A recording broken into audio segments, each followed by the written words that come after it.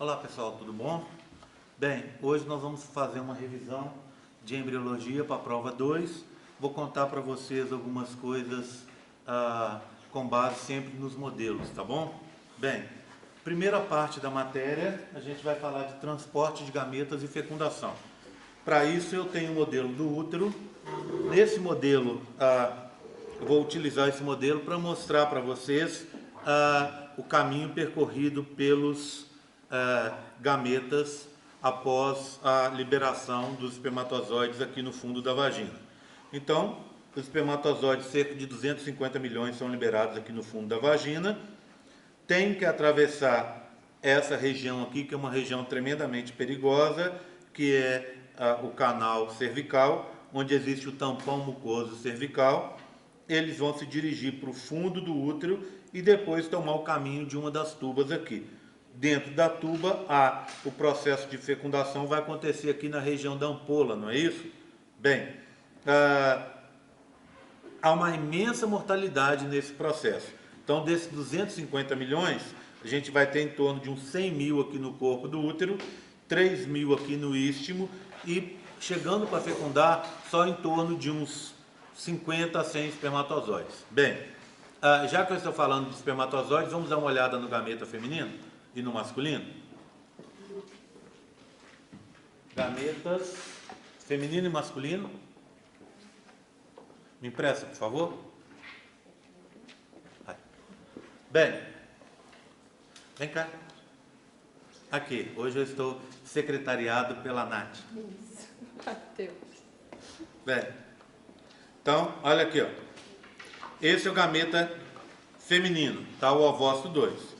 Do lado de fora, nós temos as células da corona radiata, que vão sendo perdidas ao longo do caminhar desse gameta feminino ao longo da tuba, né? Então, as células da corona radiata, aqui indicadas em azul. Depois, a zona pelúcida, o espaço perivitelino. Nesse espaço perivitelino, a gente vai ter os polócitos, o polócito, né, que está aqui, ó, colado aqui para facilitar para a gente. E esse é o ovócito 2, parado em metáfase 2. Se nós olharmos, ele tem um monte de glóbulos, de grânulos corticais aqui, não é? Esses grânulos corticais nada mais são do que lisossomos especializados e vão ser liberados durante o processo de fecundação para fazer aquela história do bloqueio lento da polispermia. Aqui, então, do outro lado, nós vemos mais grânulos corticais e uma figura mitótica, uma célula estacionada em metáfase 2. Então, esse é o gameta feminino, o ovócito 2. Vamos dar uma olhada agora no gameta masculino, tá? O espermatozoide. Vou colocar aqui do lado e pegar o espermatozoide para mostrar para vocês. Obrigado. Bem, aqui está o espermatozoide, a menor célula em volume do corpo humano. Essa célula, ela tem 90% dela é a cauda, onde no interior você vai ter o flagelo e proteínas associadas, tá certo? E você vai ter um compartimento intermediário. Nesse compartimento ou peça intermediária aqui, você tem mitocôndrias, tem a região do pescoço aqui, para onde o espermatozoide, nesse azul escuro, tá vendo? Onde o espermatozoide vai se ligar durante a fecundação com os EP3. E aqui a gente tem a cabeça do espermatozoide, onde tem um núcleo muito condensado, que a gente chama de picnótico, o acrossomo, que também é um lisossomo especial, e aqui atrás o corpúsculo polar, aqui de lilás, está vendo? Aonde vai acontecer o processo de formação desse flagelo, ok? Então esses são os espermatozoides, as menores células em volume do corpo humano. Bem, vamos passar a olhar agora o processo de fecundação.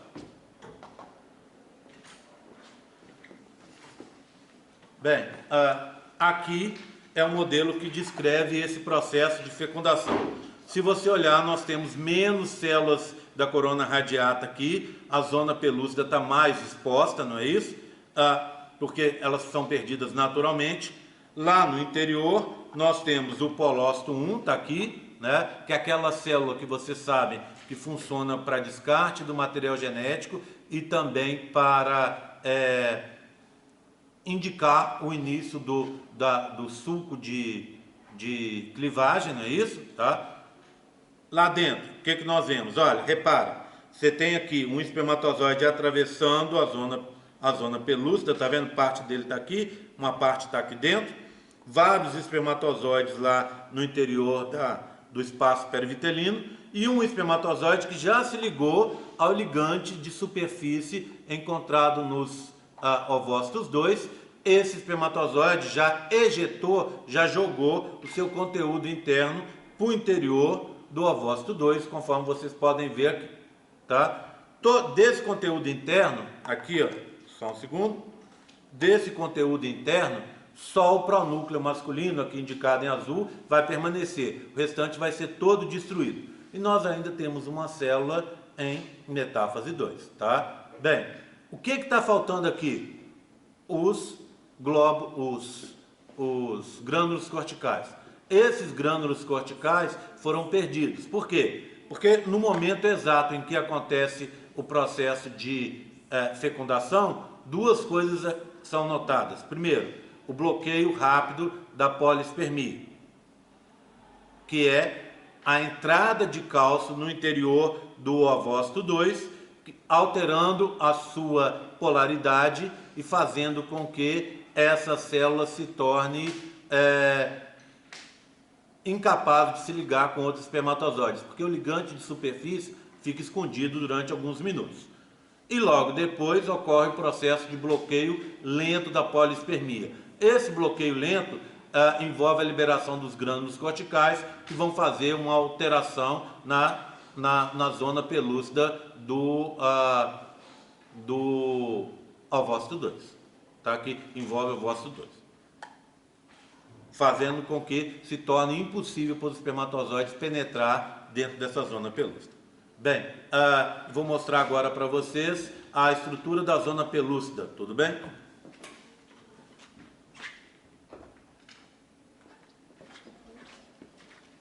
Então, essa é a estrutura normal da zona pelúcida. Vejam aqui. Você tem filamentos curtos, tridimensionais, formados por dímeros ZP3 e ZP2. E unindo esses filamentos, a gente tem essa molécula rosa, essa glicoproteína rosa aqui, que é o ZP1.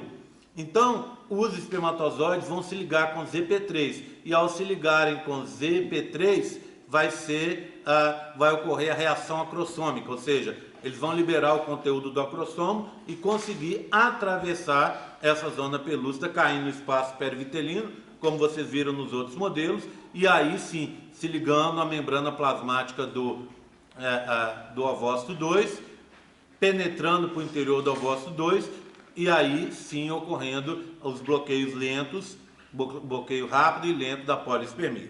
Bem, quando ocorre esse bloqueio lento da polispermia, a gente observa uma alteração na zona pelúcida. Veja bem, se aqui eu tinha uma zona pelúcida formada por dímeros de ZP2 e ZP3, agora essa zona pelúcida ela tem só ZP3, tá vendo? Unidos por ZP1.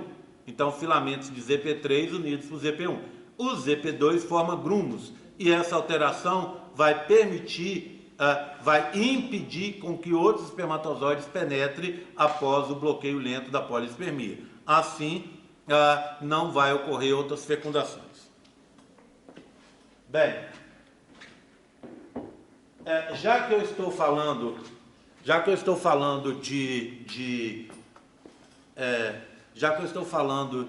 de transporte de gametas, talvez a primeira coisa que eu tivesse que mostrar para vocês é a ereção peniana, tá? Essa ereção peniana, óbvio, é o pré-requisito básico para que os espermatozoides sejam jogados lá no interior no fundo da vagina, possam penetrar para dentro desse útero. Então, eu tenho dois modelinhos para mostrar isso. Deixa eu mostrar aqui para vocês. Então, esse modelinho é um corte do pênis. Você vai ter aqui uma cápsula, né, rica em conjuntivo, Você tem vasos que estão trazendo sangue para o pênis e vasos que estão retirando o sangue do pênis, não é isso? Os que estão trazendo são os vermelhinhos, são artérias, e os que estão levando o sangue do pênis são esses azuis, que são as veias.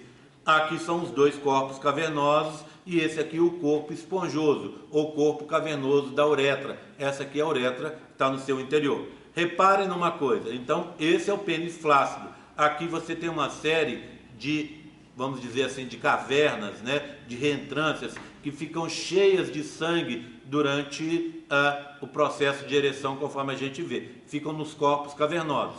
E olha o diâmetro desses vasos aqui. Agora vamos comparar isso com o pênis ereto. Olha o que aconteceu. As cavernas se encheram de sangue. Esses vasos que vocês tinham visto ali, ó, que estavam bastante calibrosos, né, com diâmetro grande, ficaram agora com diâmetro bem mais fino. E o sangue que está entrando no pênis, devido a esses vasos que diminuem o diâmetro, porque aqui os corpos cavernosos se enchem de sangue, os vasos são apertados contra a cápsula e acabam então diminuindo o seu diâmetro. Então, ao diminuir esse diâmetro, esses vasos vão dificultar a saída do sangue no pênis. E ao dificultar essa saída, o sangue vai permanecer durante mais tempo dentro do pênis. Bem, dito isso, que era o que faltava, vamos passar agora a ver os outros modelos de fecundação, formação do zigoto e assim por diante, tá? Obrigado. Bem, eu preciso que vocês respondam algumas perguntas ao longo dessa nossa aula, tá bom? Então, ao longo da aula, eu vou citando algumas perguntas, vocês vão anotar as perguntas e responder lá no campus virtual após assistir essa aula no YouTube, tá combinado? Primeira das perguntas é o seguinte: eu preciso que vocês descrevam esse mecanismo de ereção peniana. Como essa alteração nos vasos sanguíneos, resultado do enchimento dos corpos cavernosos, pode impedir a saída do sangue e assim fazer com que o pênis permaneça ereto. Combinado? Essa é a nossa primeira pergunta. Então, voltando ao assunto, eu tenho aqui um modelo que foi um pouco mais à frente daquele outro que eu mostrei. A gente sabe disso porque temos menos células da corona radiata ainda, tá vendo? Né? E aqui, ó, o que eu tenho lá dentro? Eu tenho no espaço perivitelino, eu vou ter agora dois polócitos. Olha, o polócito 1 e o polócito 2. Lembrando que o polócito 1 e 2 são duas células haploides. Só que no polócito 1 eu tenho o dobro do material genético do que no polócito 2, que é aquela célula que se forma após o processo de meiose 2. Bem, o que eu vejo lá dentro? Dois pronúcleos, tá vendo? O pronúcleo masculino e o pronúcleo feminino. Ou seja, já aconteceu aquele processo de destruição dos constituintes do espermatozoide, exceto do pronúcleo, e agora a gente tem um óvulo. Esse óvulo é aquela célula que vai durar em torno de 12 horas, famosa célula, inclusive, chamada erroneamente por muita gente como gameta feminino, tá? Essa célula só se forma depois da fecundação, ou seja, aquele nosso ovócito 2 estacionado em metáfase 2 vai sair do processo e vai continuar a meiose até o final, desde que aconteça o processo de fecundação. Bem, seguindo então, eu tenho mais dois modelos nessa série. Nesse modelinho aqui, eu tenho, olha como vai diminuindo o número de células da corona radiata, tá vendo? Então, a zona pelúcida fica mais exposta. Aqui então, o que eu tenho? Olha aqui, ó. Eu tenho uma célula grande, gigante, os dois polócitos estão aqui, e aqui dentro, olha o que está acontecendo. Eu tenho gametas masculinos de um lado e femininos do outro. Eles estão separados, mas os dois pronúcleos estão se unindo. Esse processo é aquele processo que a gente chama de cariogamia ou singamia. É o processo que está levando à transformação do óvulo em zigoto. Bem, no outro modelinho, por favor. Obrigado. Olha quem está aqui, vem cá. Tem outros ajudantes aqui hoje. Tá? Então, olha nesse outro modelo aqui, ó. Menos células da corona radiata, tá? Menos células da corona radiata. zona pelúcida mais exposta. Lá dentro agora, o que que nós temos? Olha aqui, além dos dois polócitos 1 e 2, eu tenho um núcleo só. Então esse é um zigoto já formado. E podem reparar que eu tenho um pareamento, tá vendo? Dos cromossomos masculinos e femininos, né? Então os brancos estão pareados com os roxos. Isso é aquele processo que eu contei para vocês, que é a anfimixia, que é aquele único processo de pareamento de cromossomos homólogos antes de um processo de mitose, tá bom? Bem, outra coisa que eu preciso lembrar de falar para vocês, as funções da zona pelúcida. Essa é a nossa segunda pergunta, tá bom? A zona pelúcida que está aqui, ó, ela tem várias funções. Primeiro, ela vai impedir o ataque do sistema imune materno. Por quê? Porque ela não tem moléculas antigênicas aqui que causam reação imune. Segundo, ela vai impedir a implantação no local errado, que é a tal da implantação ectópica. Terceiro, pelo menos em teoria, ela vai impedir a formação de gêmeos, tá? Que seria um desastre para a gravidez, tá? Se você tivesse aí vários gêmeos formados, a gravidez não iria à frente, muito provavelmente. E por último, ela funciona como uma peneira molecular, controlando o que vai entrar e o que vai sair de dentro do embrião, tá? Ok? Bem, então essa é a nossa segunda pergunta, tá? Por falar nisso, eu esqueci um outro modelo, tá? Tem aquele modelo da reação acrossômica que eu esqueci de contar para vocês, tá? Então vamos relembrar a tal da reação acrossômica. O nosso espermatozoide atravessou a zona pelúcida, atravessou a corona radiata. Para isso ele bateu a cauda, tá? Bateu a cauda energicamente. Se encontrou com a zona pelúcida, se ligou com o ZP3. Quando ele se liga com o ZP3, então aqui nós temos nesse modelinho, olha, a cabeça do espermatozoide, aqui seria o pescoço, aqui o filamento intermediário e um pedacinho aqui em verde da região da cauda. Bem, quando ele se liga, olha aqui, ó, a gente começa a ter ligações, associações entre a membrana plasmática do espermatozoide e a membrana que envolve, a membrana externa da frente, né, que envolve o acrossomo. E aí são feitas essas vesículas aqui de membrana, tá vendo? Eu pedi para mostrar metade dela roxa, metade dela lilás, porque essa membrana da frente é lilás, e metade dela amarelinho, porque a membrana plasmática que está indicada é amarelo. O que acontece? Lá o conteúdo extravasa, como vocês estão vendo aqui o verde. O que é esse conteúdo verde? Enzimas. Essas enzimas vão abrir um buraco lá na região da zona pelúcida, permitindo a entrada do espermatozoide. Olha o que aconteceu com o espermatozoide, com a cabeça dele, depois dessa reação acrossômica. Você vai ter o quê? Você vai ter uma estrutura formada por uma membrana, a membrana interna do acrossomo, tá vendo? Tá? E o restante, membrana plasmática. Então é isso que sobrou, tá bom? Por falar em modelos que eu esqueci, tem um outro modelo ainda, que é o modelo do tampão formado quando o sêmen é liberado no fundo da vagina. Bem, então vamos lá para esse assunto. Você libera o sêmen lá no fundo da vagina, o menino libera o sêmen, esse sêmen imediatamente vai se coagular. Essa coagulação vai acontecer, vai levar uns 20 a 30 minutos, e depois desses 20, 30 minutos, o sêmen começa a se desfazer naturalmente, tá? Então, essa é a estrutura do sêmen quando ele é liberado. Você tem filamentos de fibrina, tá vendo aqui, ó, tá? Filamentos que vão fazer o tampão, a coagulação. Você tem, unido esses filamentos, você tem essas bolinhas aqui, que são as proteínas chamadas semenogelina, que vão geleificar, endurecer o sêmen. Você tem semenogelina A e B aqui. Os espermatozoides então não conseguem atravessar, tá vendo? Olha o espermatozoide preso aqui. E ao lado você tem alguns PSAs, aquela proteína prostática sanguínea liberada pela próstata, que é um dos marcadores lá no câncer de próstata. Essa proteína, nesse momento, ela está inativada, porque ela está associada com zinco, tá vendo?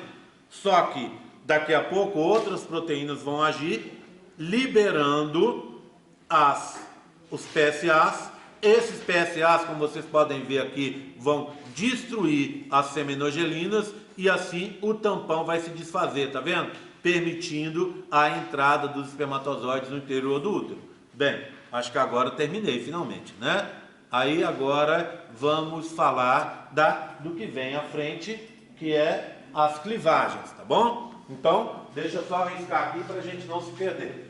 Já falei de transporte e fecundação, falei de óvulo e zigoto, certo? Fizemos 2 perguntas, não é isso? Agora, clivagens, tipos e as clivagens humanas, tá bom? Então, eu vou começar falando sobre os tipos de clivagem, tá? Natália vai me ajudar trazendo os modelinhos para cá.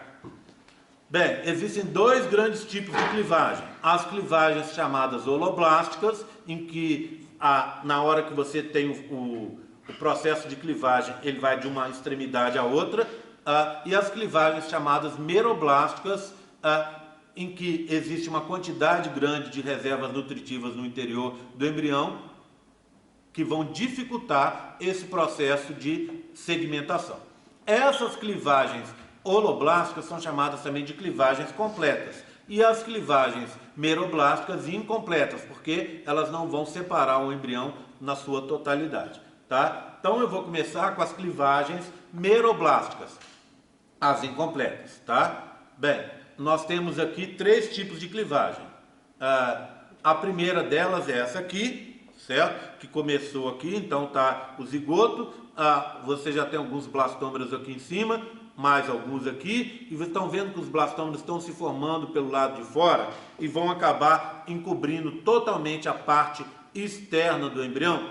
A reserva nutritiva vai ficar lá no seu interior, tá certo? Então, essa clivagem que é comum nos insetos, a gente vai chamar de clivagem meroblástica ou incompleta, centrolesta, porque o vitelo está lá no centro, do tipo superficial, porque os blastômeros estão na superfície, ok? A próxima clivagem é a clivagem das aves, essa aí.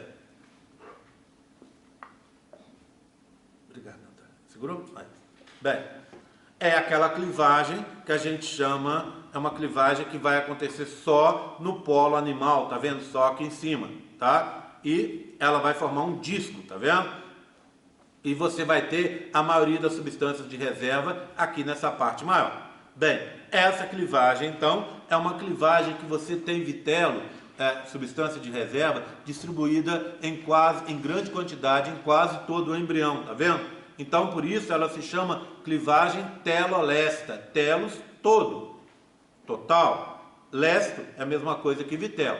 Então, clivagem telolesta, que é uma clivagem meroblástica. Então, classificando isso aqui, começamos aqui, não é? Olha, sem nada, foi fazendo as células aqui em cima no polo animal. E acabamos assim.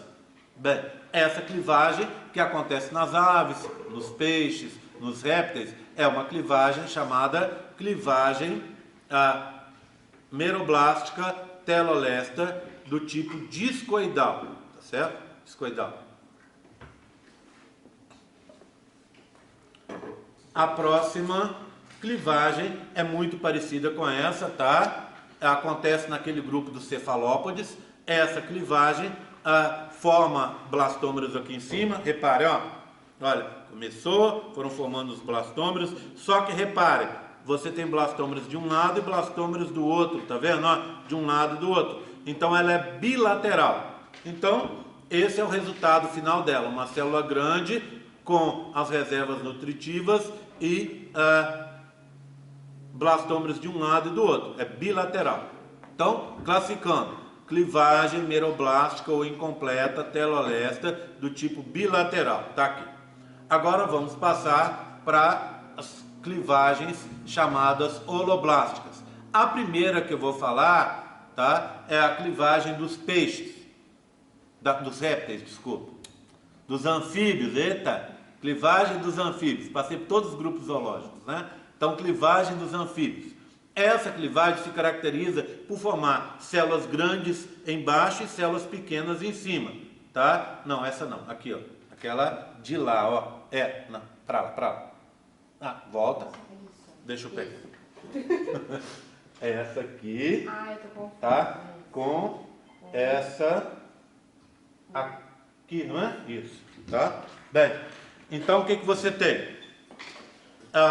É uma clivagem que você tem o quê?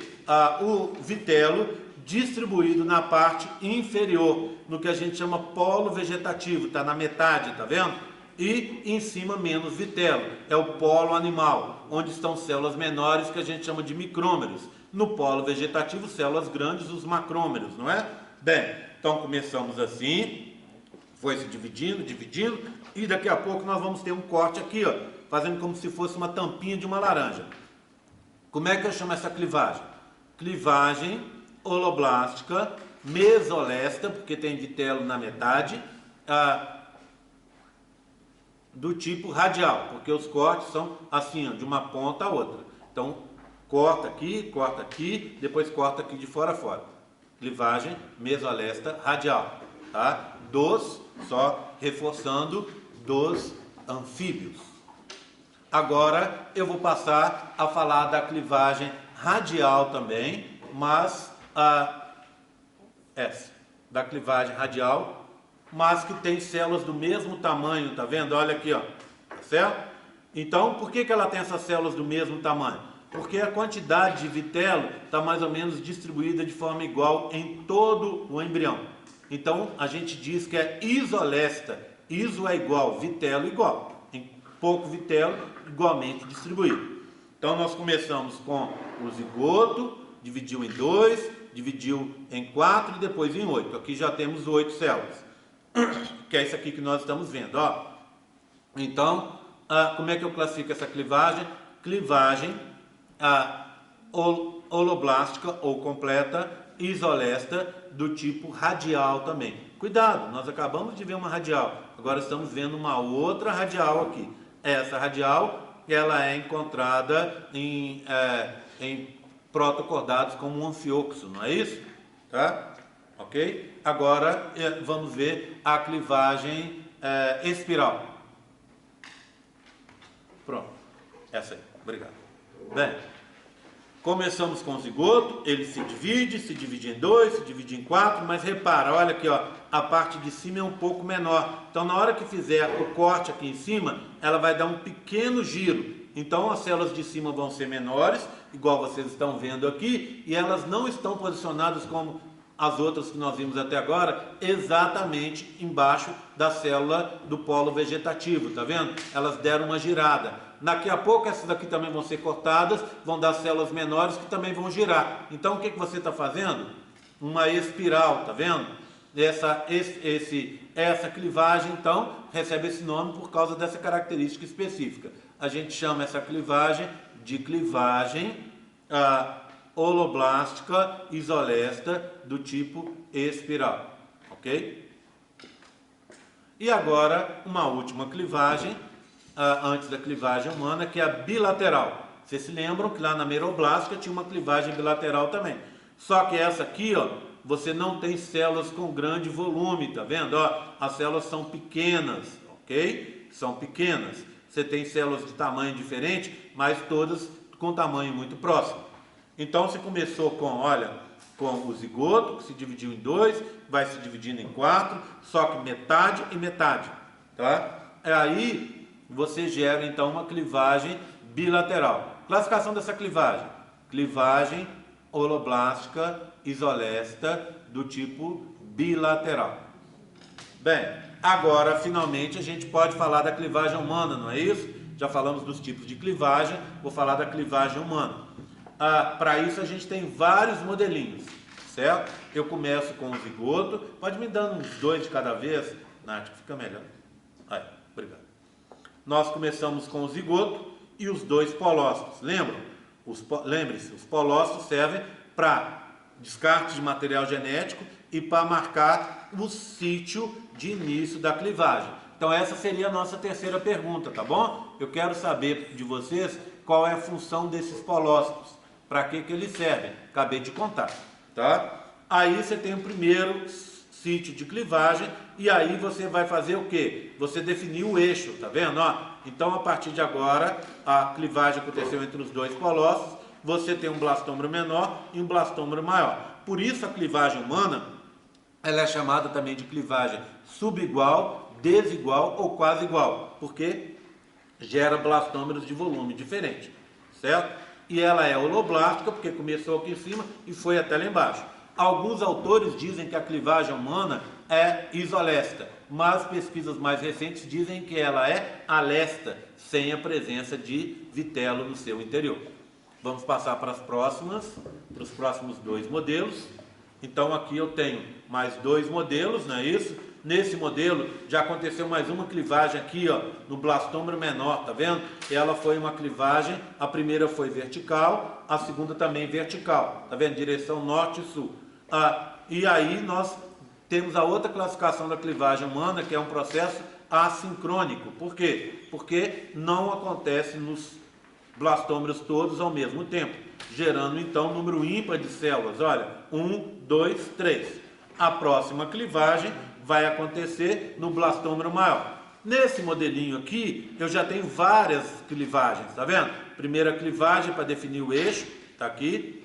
A segunda clivagem aconteceu do lado menor, aqui, ó, vertical, igual à primeira. A terceira clivagem horizontal, tá vendo? Aqui no blastômero maior. A quarta clivagem, se aqui for vertical, aqui vai ser horizontal no blastômero maior, no blastômero menor. Tá vendo? Nos blastômeros menores, do lado do blastômero menor, seria o mais correto. Então, ela vai de um lado para o outro do eixo. E quando volta ao lado prévio, ela muda o sentido. Então, aqui ela foi vertical, agora vai ser horizontal, tá vendo? Ó, então, a 2, que foi a primeira, depois da definição do eixo, foi vertical. A 4, que vai acontecer no mesmo lado, daqui a pouco, vai ser horizontal.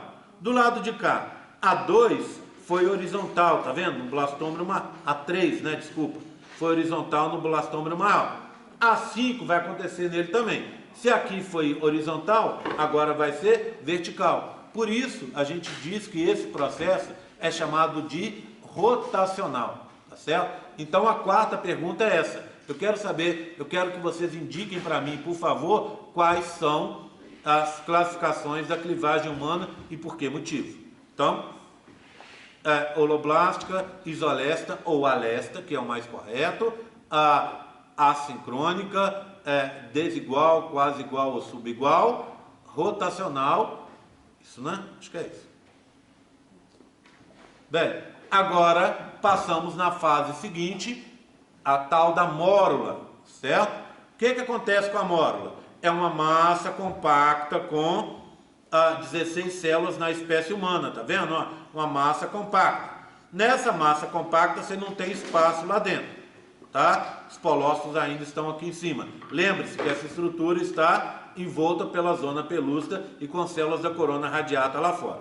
Bem, o que vai acontecer a seguir é aquele processo de compactação da mórula. O que vem ser a compactação da mórula? Compactação da mórula é aquele processo em que as células do lado externo, né, dessa mórula vão fazer junções adesivas e oclusivas entre si e vão ligar as bombas de sódio e potássio, jogando íons lá para o interior dessa mórula. A água acompanha e aí você vai ter a primeira diferenciação que surge, que é aquela diferenciação que a gente chama dentro-fora ou fora-dentro. Tá? Uma outra coisa que eu tenho que lembrar para falar com vocês sobre a clivagem.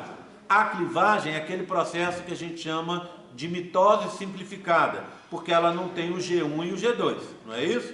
Agora, na mórula, quando você chega na mórula, se restabeleceu a razão entre o volume do núcleo e o citoplasma. 90% para núcleo, 10% para citoplasma. E com isso, você volta a ter G1 e G2. Ok? Ao ter G1 e G2, o processo vai levar um pouco mais tempo para ocorrer. Então, isso é o que caracteriza a mórula. Por isso que a mórula é tão importante. E, a partir da mórula, acontece a primeira das milhares, milhões de diferenciações que vão ocorrer dentro do corpo humano, não é? Que é a diferenciação dentro-fora. Com base nessas ligações oclusivas e adesivas entre as células externas, bombeamento de íons lá dentro para formar uma outra estrutura. Essa estrutura, tá, é o que a gente chama de blastocisto, não é isso? Deixa eu pegar o modelo de blastocisto para mostrar para vocês. Esse não, eu acho que a gente tem de blastocisto, deixa eu ver. Tem aquele ali, aquele lá, pega ali para mim. Esse, isso, tá? Que já é eclosão. Bem, vou aproveitar desse modelo da eclosão do blastocisto. Pega as capinhas dele para mim, Natália, por favor. Para lembrar para você a estrutura do blastocisto, tá? Então, o que você tem aqui, ó?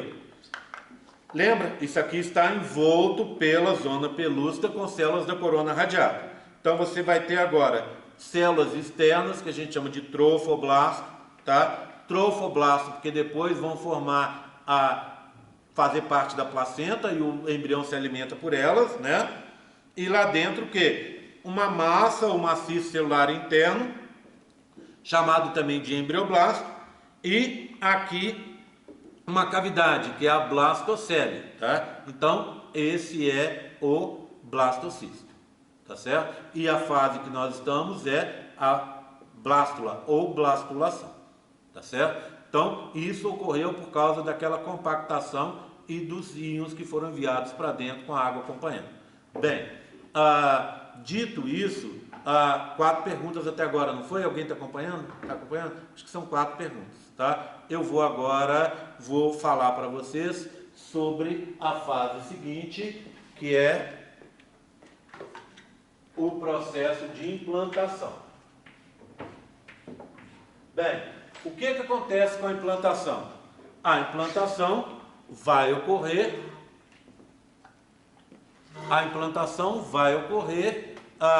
a partir do 5º dia. Então, no 5º dia, você já tem uma quantidade grande de progesterona, tá? Essa progesterona, começa por esse aqui, Natália, por esses dois aqui, por favor. Já tem uma quantidade grande de progesterona. Essa progesterona, pode me dar as tampinhas? Essa progesterona está indicando que o útero está pronto para receber o embrião. Então, quem chegou lá no útero? Isso a partir do 5º dia.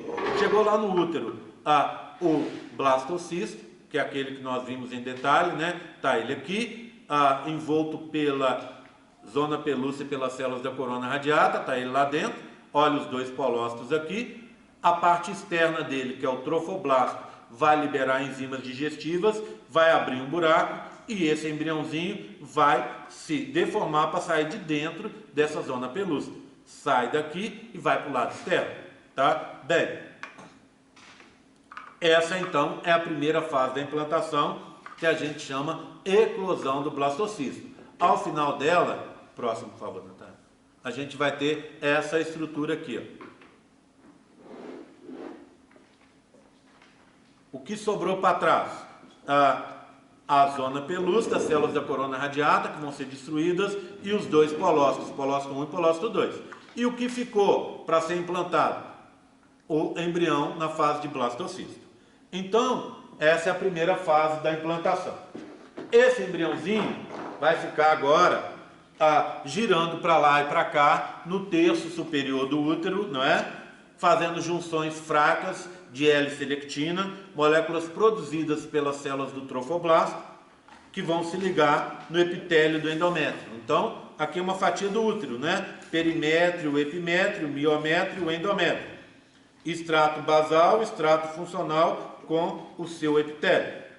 Assim que elas param no local legal, no local adequado para a sua implantação, elas têm tempo de fazer junções mais fortes, usando integrina.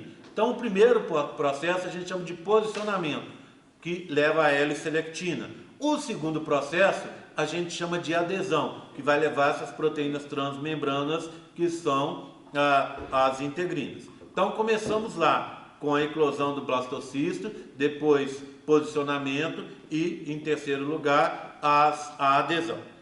E quando acontece a adesão, você vai ter um processo de implantação propriamente dito, que a gente chama de invasão.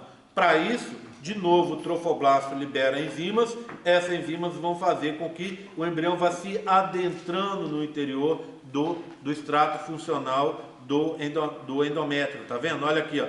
E à medida que vai acontecendo essa implantação, o trofoblasto vai se modificando, se transformando em sincício e citotrofoblasto. Então, para um embrião totalmente implantado como esse, olha, nós não temos mais trofoblasto, e sim cito e sincício trofoblasto. Tá? Ok? Bem, seguindo agora à frente, eu vou mostrar para vocês o que está acontecendo no interior do embrião, que é a formação do âmnio e do saco vitelino. Tá? Bem, vamos começar então. Eu acho que a gente pode voltar para aqueles dois primeiros, Nath. O processo de formação do âmnio na espécie humana a gente chama de esquizâmnio, não é isso? Obrigado. A gente chama de esquizâmnio. E o processo de formação do saco vitelino a gente chama de vitelinogênese. Eles vão acontecer ao mesmo tempo, tá? Então, só relembrando o modelo que eu já mostrei, esse aqui é o blastocisto, tá? Embrioblasto, blastocele e trofoblasto. Assim que ele começa a implantar, o trofoblasto começa a se diferenciar no sincício trofoblasto, que tem no seu interior citotrofoblasto. E aí o que aconteceu? Abriu uma cavidade, tá vendo? Olha, uma cavidade entre o embrioblasto e essa região aqui, que é de trofoblasto, se transformando em cito e sincício trofoblasto, igual vocês podem ver aqui. Essa cavidade a gente vai chamar de cavidade amniótica, tá? Passando à frente, obrigado, vou limpar isso. Passando à frente, nós temos agora um embrião um pouco mais implantado, tá vendo? Olha, um pouco mais em processo de nidação. A transformação aqui é maior, tá vendo? Olha, eu tenho mais sincício do que eu tinha no anterior. E se eu olhar para o lado de cá, eu tenho mais ainda. Quando eu abro e vejo lá dentro, o que eu vejo? Olha, eu vejo aqui citotrofoblasto, que fica embaixo do sincício, e o embrioblasto se transformou num disco formado por dois tecidos.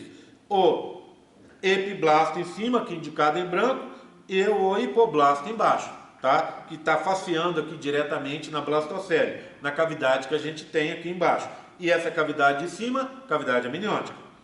Andamos mais um pouco e aí nós observamos o quê? Que as células do epiblasto vão sofrer mitose e vão migrar, cobrindo, aqui em azul, tá vendo?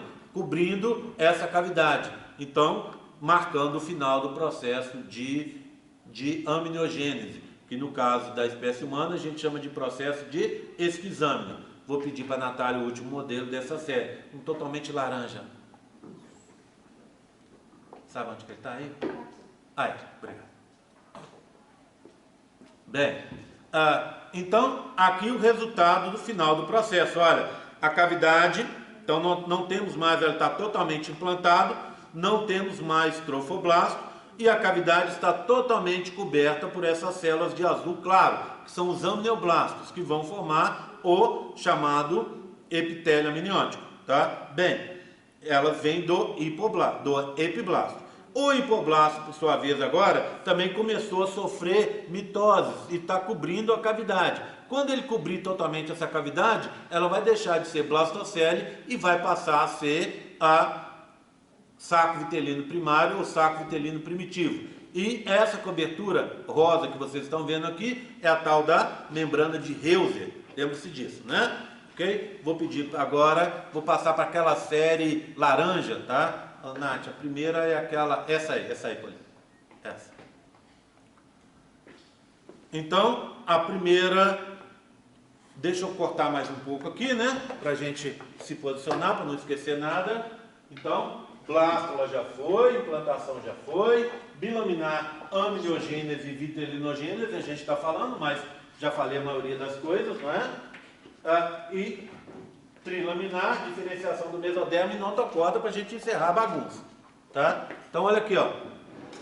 Esse modelo é aquele modelinho que está mostrando esse processo de formação do âmnio e formação do saco vitelino primário ao mesmo tempo. Então o que você tem aqui, olha? Essa parte já implantou. Então você tem sincício e citotrofoblasto embaixo. Onde não implantou, você ainda só tem o trofoblasto. Olha lá, ó, lá dentro. Você tem as células, que lá estavam em azul claro, que estão azul escuro por enquanto, né? Que estão vindo do epiblasto, é um disco embrionário bilaminar, formado por epiblasto e hipoblasto. Elas estão sofrendo mitose e vão cobrir esse saco vitelino internamente, essa cavidade amniótica completamente. Então, o que você vai ter do lado de fora? Sincício, que é o laranja, o roxo, que é o citotrofoblasto, depois o azul, que é o epitélio amniótico, formado por amnioblasto, que vem daqui. Esse é o processo de esquizâmina, não é? Já o hipoblasto aqui, ó, ele vai sofrer mitoses e vai formar essa membrana aqui, membrana de Heuser, que vai cobrir a blastocele, formando o saco vitelino primitivo ou saco vitelino primário, tá? Vou passar agora para os outros modelinhos dessa série laranja. Bem, esse modelo, obrigado. Esse modelo é um modelo que já mostra o processo terminado, não é? Então, do lado de fora você vai ter a sincício trofoblasto em laranja, citotrofoblasto abaixo dele em lilás, em roxo. Aí você tem o epitélio amniótico, tá aqui, tá vendo, em azul. E aí, ó, uma cavidade cheia de líquido, que é a cavidade amniótica. Faceando diretamente embaixo dela, eu tenho o que? O epiblasto. Embaixo dele, o hipoblasto. Embaixo do hipoblasto, a membrana de Heuser, que determina a formação do saco vitelino primitivo ou primário. E aí a história se repete. Citotrofoblasto e sincício trofoblasto aqui. Tá? Bem, vamos passar para o próximo. Agora, o que nós temos aqui? A formação daquele tecido intermediário, que é o mesoderma extraembrionário. Então, nos próximos dois modelos, nós vamos ver a formação desse mesoderma extraembrionário, porque está fora do embrião, não é isso? Então, você tem sincício trofoblasto, citotrofoblasto, o mesoderma extraembrionário está aqui, em vermelho. Ele já tem cavidades no seu interior, que é o celoma extraembrionário, não é isso? Esse mesoderma ou se formou pelas células do citotrofoblasto, que sofreram mitose e foram para dentro, ou células do hipoblasto, que sofreram mitose e foram para fora. Lá dentro dele, a cavidade amniótica recoberta pelo epitélio amniótico, o disco embrionário bilaminar, formado por epiblasto e hipoblasto, saco vitelino primitivo, formado pela membrana de Heuser, coberto pela membrana de Heuser, mais a região do mesoderma extraembrionário. Depois a gente tem o citotrofoblasto e embaixo de tudo o sincício trofoblasto, certo? Bem, no próximo modelo nós vamos ver que o processo de formação desse mesoderma se completou. Então o que você vai ter? Olha, sincício, cito, aquelas cavidades do mesoderma extraembrionário, celoma extraembrionário, coalesceram, viraram uma só e dividiram o mesoderma em dois. Mesoderma extraembrionário, folheto externo, vermelho claro, mesoderma extraembrionário, folheto interno, vermelho escuro. No meio deles, o celoma extraembrionário. E essa região aqui é o pedículo embrionário, pedículo mesodérmico de implantação, tá? O único local onde eu não tenho celoma, que está unindo o embrião com o meio externo. Lá dentro, associado ao mesoderma extraembrionário, folheto interno, a cavidade amniótica formada pelo epitélio amniótico, o disco embrionário bilaminar, epiblasto e hipoblasto, nessa disposição, não é isso? Embaixo, a membrana de Heuser delimitando o saco vitelino primitivo. Repete a história. Aí você vai ter a mesoderma extraembrionário, folheto interno, vermelho escuro, celoma extraembrionário, a pedículo embrionário aqui e do lado de fora, mesoderma extraembrionário, folheto externo. Citotrofoblasto, sincício trofoblasto. Agora vamos passar para alteração no saco vitelino, formando o saco vitelino secundário ou definitivo. Para isso nós temos o quê?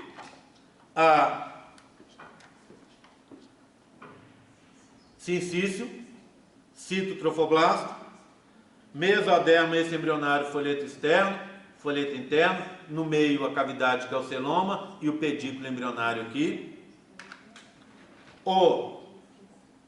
A cavidade amniótica, o âmnio, né, formado pelo epitélio amniótico, o disco embrionário bilaminar, epiblasto e hipoblasto, não mudou nada, não é? O que vai mudar é aqui embaixo. Forma-se uma outra proliferação de células que vem do hipoblasto. Essas células vão substituir aquele saco vitelino primitivo ou primário que não cresce junto com o embrião. Forma-se então aqui de verde o saco vitelino secundário ou definitivo, que vai empurrar esse saco vitelino primário para baixo, tá vendo? A cobertura do saco vitelino primário ou primitivo é a membrana de Heuser. A cobertura do saco vitelino secundário definitivo é o endoderma extraembrionário. Então coloco aqui, ó. E aí repete-se, né? Mesoderma extraembrionário, folheto interno, celoma extraembrionário, pedículo embrionário, mesoderma extraembrionário, folheto externo, cito e sincício trofoblasto. Mais um modelinho para a gente encerrar a formação do saco vitelino secundário. Obrigado. Aí nós temos o que? Olha aqui. Temos o sincício, o citotrofoblasto, o mesoderma extraembrionário, folheto externo, celoma extraembrionário, mesoderma extraembrionário, folheto interno, pedículo embrionário, cavidade amniótica revestida pelo epitélio amniótico, disco embrionário bilaminar, epiblasto e hipoblasto, saco vitelino definitivo recoberto pelo endoderma extraembrionário, e o saco vitelino primário, ele está aqui, ó, ou primitivo. Ele vai atravessar o mesoderma extraembrionário, folheto interno, atravessar a cavidade celômica e se grudar no mesoderma extraembrionário, folheto externo, esse indicado em vermelho claro. Ele vai desaparecer na forma que a gente chama de cisto exocelômico, ok? Bem, eu quero agora, na próxima pergunta, que você responda para mim, por favor, como se forma o cisto exocelômico e como se forma o saco vitelino primitivo e o saco vitelino secundário. Ok? Descreva para mim isso que eu acabei de falar para vocês. Bem, dito isso, eu quero contar para vocês agora, vou pegar aquele embrião, o sexto que eu acabei de usar, vou pegar uma caixinha ali, onde a gente tem os discos embrionários, tá? Para a gente falar sobre o embrião trilaminar. Obrigado. Tem aquela caixinha que tem os discos e tem aqueles trilaminares, meninos. Vê se vocês acham para mim, por favor. Enquanto elas estão buscando, eu vou fazer uma dancinha aqui na frente, tá? Mentira.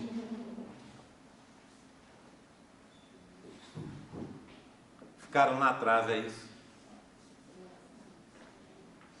Isso. Tem aquele outro, tá? Da diferenciação do mesoderma, é isso. Você traz para mim, por favor, Poli? Senão o pessoal fica esperando aí, ó. A diferenciação está aí na frente. Né? Tá aqui na frente? Ótimo. Pronto. Aí, é aquele que tem o disco. Tem um disco na caixinha, na tampa da caixinha. Esse mesmo. Pronto. Então, o que eu vou mostrar para vocês? Que depois de algum tempo, a estrutura é a mesma, tá bom? Ó, tá? Só estou abrindo. A estrutura que eu acabei de escrever para vocês. Aqui eu tenho o quê? A região do epitélio amniótico, né? A cavidade amniótica. Vou colocar aqui, ó. Tá? Obrigado. E aqui está o disco, tá vendo? É o disco embrionário bilaminar.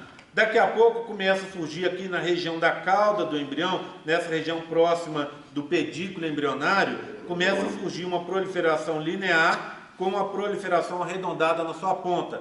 Isso a gente chama de linha e nó primitivo, ou nó de Hansen, tá? Então, tá aqui, ó. Olha aqui, embrião bilaminar, disco bilaminar, epiblasto e hipoblasto, com a linha e o nó primitivo, assim, ó. Quando elas surgem, ficam definidos os planos do embrião. Então esse é caudal, esse é cefálico, esse aqui é dorsal, esse de baixo vai ser ventral, plano direito, lado esquerdo, tá? As células então aqui dessa região do epiblasto, que deixa de se chamar epiblasto quando surge ali o nó primitivo, passa a se chamar ectoderma, o primeiro dos tecidos embrionários definitivos. As células então vão sofrer mitose e vão migrar pelo buraco da linha, que é o sulco primitivo, e pelo buraco do nó, que é a fosseta primitiva. Daqui a pouco a gente vai ter essa estrutura aqui, ó,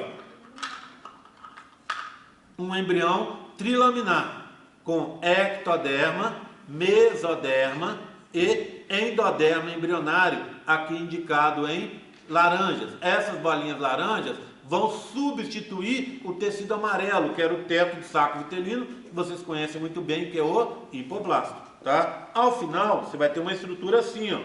Olha lá, ó, a ectoderma, mesoderma e embaixo o endoderma embrionário, tá? Formou-se o embrião trilaminar. Eu tenho para mostrar para vocês esse processo naqueles modelinhos maiores, né? Vamos dar uma olhada no modelinho maior, tá? Por favor, pode começar com aquele de diferenciação do mesoderma, tá? Que aí a gente já fala sobre isso. Aí, por favor, obrigado, duas assistentes, hein? Hoje eu tô chique, hein? Duas secretárias, coisa de luxo, tá? Ok? Bem, então, olha aqui, as células do ectoderma, então, a cavidade amniótica foi cortada, as células do ectoderma migram e vão lá para baixo, tá? A minha próxima pergunta para você é essa. Olha aqui, é correto a gente dizer que o embrião, nós viemos do epiblasto? É correto isso? Tá? Lembre-se, você começa com um tecido, o embrioblasto, esse tecido vai gerar dois, epiblasto e hipoblasto. Hipoblasto não forma nada do embrião, do corpo definitivo dele, né? Mas o epiblasto sim, vai se transformar em ectoderma. As células do ectoderma, ao migrar, formam os dois outros tecidos, mesoderma, aqui ó, mesoderma embrionário, tá? E endoderma embrionário aqui ó, que vai substituir o... desliga aí para mim, por favor. Meu telefone tocando. Só aperta aí. Atende para mim, vai. Pode atender. Fala que eu estou gravando a aula, tá? Então, patroa me cobrando aqui alguma coisa, tá? Bem, então, voltando. Ectoderma, mesoderma e endoderma embrionário aqui. Tá certo? Que está substituindo da região cefálica para a região caudal o hipoblasto. Ok? Tudo bem? Aqui dentro, ó, dentro do pedículo embrionário, se forma a região do alantoide, que é o último dos anexos a se formar, não é isso? E repara numa coisa, essas células têm uma migração com posicionamento bem certinho, ou seja, as células que migram pela região mais caudal da linha primitiva, aqui indicadas em azul, vão formar o mesoderma intraembrionário lateral, que tem na região cefálica essa diferenciação, que é a futura área cardiogênica, que vai dar origem ao coração. As células que migrarem pelo meio da linha aqui, ó, vão formar o mesoderma intraembrionário intermediário ou gononefrótomo. Tem esse nome estranho porque ele vai dar origem no futuro às gônadas e os rins. Gononefrótomo, tá? E aqui as células que migrarem pela região mais cefálica da linha ou mediana e inferior do nó, pensa que aqui a gente tem uma divisão, tá vendo? O nó tá aqui, ó, tá? Então ele pega um pouco do verde e um pouco do laranja. Então essas células que migrarem por aqui vão formar o mesoderma intraembrionário dorsal ou paraxial. Ele se chama paraxial porque ele, no meio dele, está o eixo do embrião, que é a notocorda. Alguém pega para mim, por favor, essa caixinha aqui? Para mostrar para vocês, por último, que as células que migrarem pela frente do nó primitivo, vão formar isso aqui, ó, a notocorda, que é o eixo de sustentação do embrião. Ok? Tudo bem? Tranquilo? Dito isso, tá aqui, né? eu vou contar para vocês então agora sobre essa tal de notocorda. Ah, faltou uma coisa. Eu vou aproveitar o próximo modelo para mostrar para vocês sobre as placas. Aguentem aí. Pega esse outro aí, por favor, gente. Deixa eu riscar aqui, tá? Pra gente dar por encerrado trilaminar. Falta mostrar as placas. Diferenciação do mesoderma. E pra gente falar de notocorda tudo junto. Tá bom? Obrigado, Nath. Aqui. Então, estrutura muito parecida com o que vocês viram.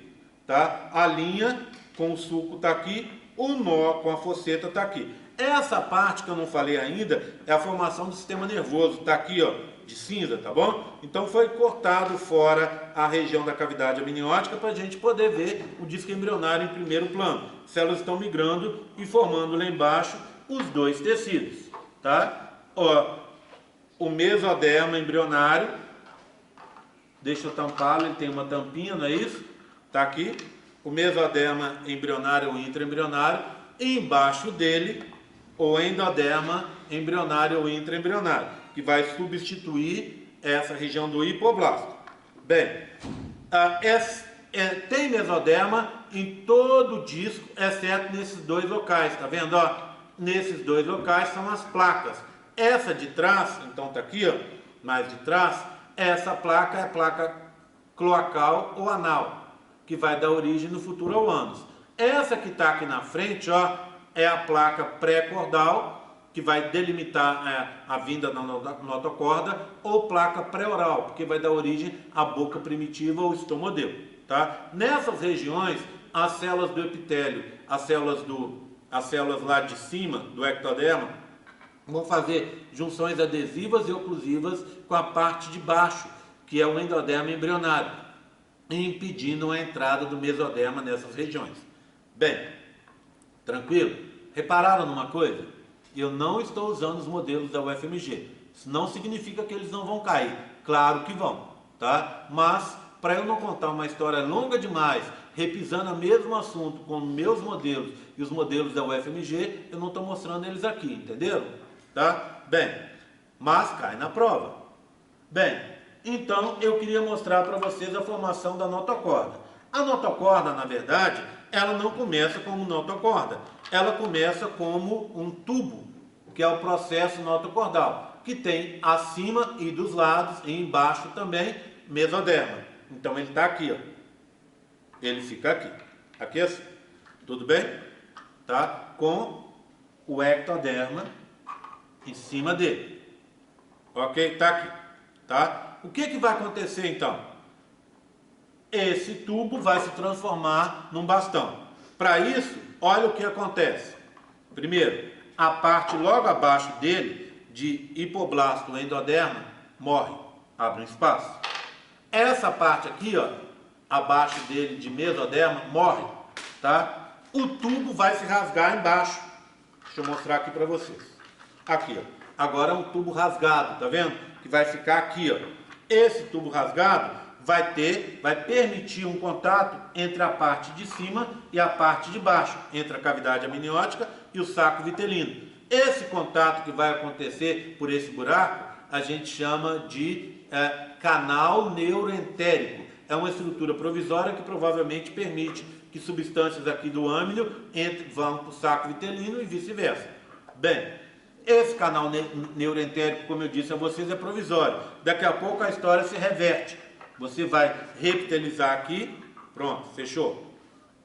Você vai chegar e vai produzir mais mesoderma e vai fechar a parte do tubo. Esse tubo rasgado agora vai virar um bastão, tá vendo? Que deixa de ser processo notocordal e passa a ser notocorda. Então agora a gente coloca aqui, ó, coloca aqui e a notocorda vai ficar delimitada pela placa pré-cordal aqui na frente. Pronto. Essa notocorda é o primeiro eixo de sustentação do embrião, tá? A minha última pergunta é essa. Eu quero saber de vocês o que a notocorda vai gerar no final, depois dela desaparecer. Ela é um eixo de sustentação e tem função indutiva, ou seja, ela transforma as estruturas, por exemplo, A formação do sistema nervoso e dos somitos, que vocês já aprenderam, depende da notocorda, tá? E depois ela desaparece quase inteiramente, formando só a parte interna do disco intervertebral, aquele, vamos dizer assim, babalu que existe entre as vértebras, impedindo que uma vértebra entre em contato diretamente com a outra, tá? A parte de fora desse disco intervertebral é uma cartilagem, a gente chama isso de núcleo nodoso, e a parte interna a gente chama de núcleo pulposo. Esse núcleo pulposo é a única parte que vem diretamente da notocorda,